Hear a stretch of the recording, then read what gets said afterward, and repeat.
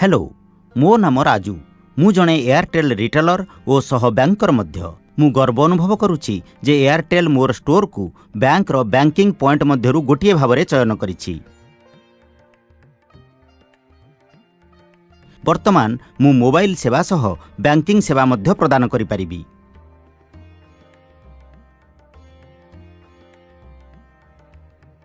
Airtel payment bank मोर ग्राहक और मो पाई आश्चर्यजनक सुविधा प्रदान करुछि।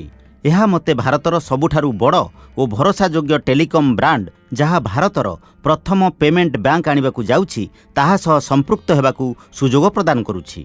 एक बैंकिंग पॉइंट हेबा परे मु यह देखिली जे ग्राहकंकर प्रवेश पर्याप्त मात्रा रे वृद्धि होईछि। किंतु सबुठारु भल कथा हेउछि एक नुआ खाता खोलिबा पाई नगद जमा करिबा और उठाण करिबा पाई मु कमिशन पाउछि। चलंतु देखिबा एयरटेल पेमेंट बैंक सह देण नेण करिबा केते सहज।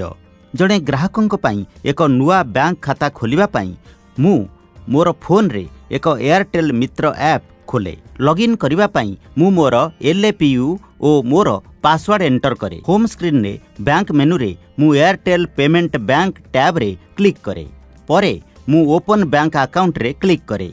एहा परे मु आधार कार्ड पाई येस विकल्प चयन करे। एहा परे मु ग्राहकंक मोबाइल नंबर एंटर करी सबमिट रे क्लिक करे। संगे संगे ग्राहकंक मोबाइल नंबर रे एक 6 अंक विशिष्ट वन टाइम पासवर्ड पठाजिबो। मु ग्राहकंक ठारू सेही OTP नेई याकू एयरटेल मित्र ऐप रे एंटर करी सबमिट रे क्लिक करे।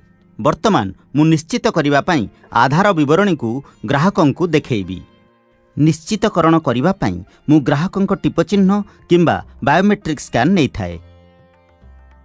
निश्चितकरण हेबा परे निश्चित होइथिबा विवरणी स्वतः स्क्रीन ने आसीजिबो। मु यहा परे ग्राहकंकु तांको नोमिनी विवरणी विषय रे पचारे। यहा परे मु नेक्स्ट रे क्लिक करे। यहा परे प्रथम जमा स्क्रीन देखै दिए। एक बैंक खाता खोलिबा पाई सर्वनिम्न जमा हेउची 100 टंका। जमा टंकार परिमाण एंटर करिबा परे मु नेक्स्ट बटन रे क्लिक करे। ग्राहक स्क्रीन ने थिबा विवरणी निश्चित करिबा और शर्तावली पढ़िबा परे जमा संपूर्ण करिबा पाई बैंक रो टिप चिन्हर एक स्कान नेबी। सफलतार सह निश्चित हेबा परे मु देण नेण संपूर्ण करिबा पाई मोर MPIN एंटर करे एवं एही परि भावे ग्राहकंक नुआ एयरटेल पेमेंट बैंक खाता खोलुछि। ग्राहक एक SMS पाइथांती और निश्चितकरण पाई एक स्वागत कॉल पाइथांती। एक नगद जमा करिबा मध्य बहुत सहज।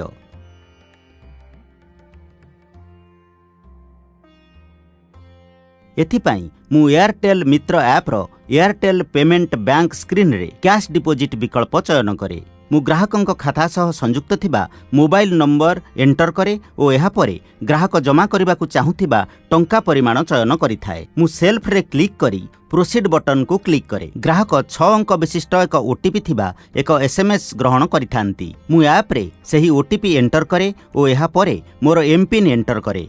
नगद जमा देण नेण संपूर्ण करिबा पाई मु वेरीफाई रे क्लिक करे। मु मोर फोन रे निश्चितकरण मेसेज और ट्रांजैक्शन ID पाई थाए और ग्राहक तांकर फोन रे एक निश्चितकरण SMS पाई थांती।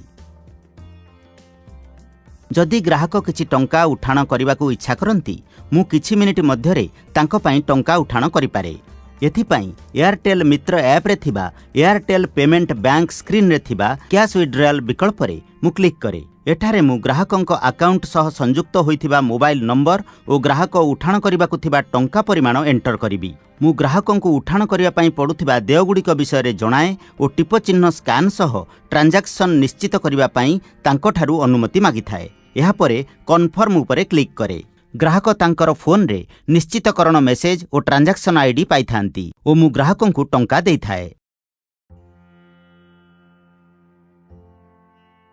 कोनोसी कारण पाई जदि ग्राहक तांकर MPIN रिसेट करबाकू चाहंती मु एयरटेल मित्र ऐप रो एयरटेल पेमेंट बैंक स्क्रीन को जाए। सेठारू मु MPIN रिसेट कस्टमर विकल्प चयन करे। एठारे मु ग्राहकंक लिंक होइथिबा मोबाइल नंबर प्रदान करी ग्राहकंक बायोमेट्रिक स्कैन नहीं थाए। ग्राहक एक SMS पाई थांती और एक अस्थायी MPIN मध्य पाई थांती।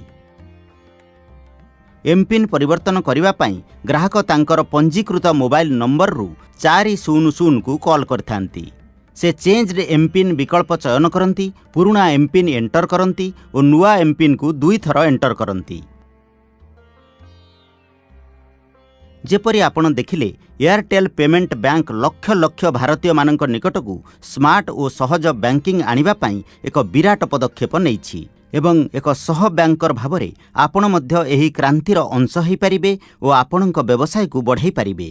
एयरटेल मित्र ऐप रे देणनेण करिबा बहुत सहज और सबुठारु भल कथा हेउछि जदि आपणकर कोनोसी साहाय्य आवश्यक तेबे आपण केवल हेल्प एंड सपोर्ट मेनू रे क्लिक करिवे।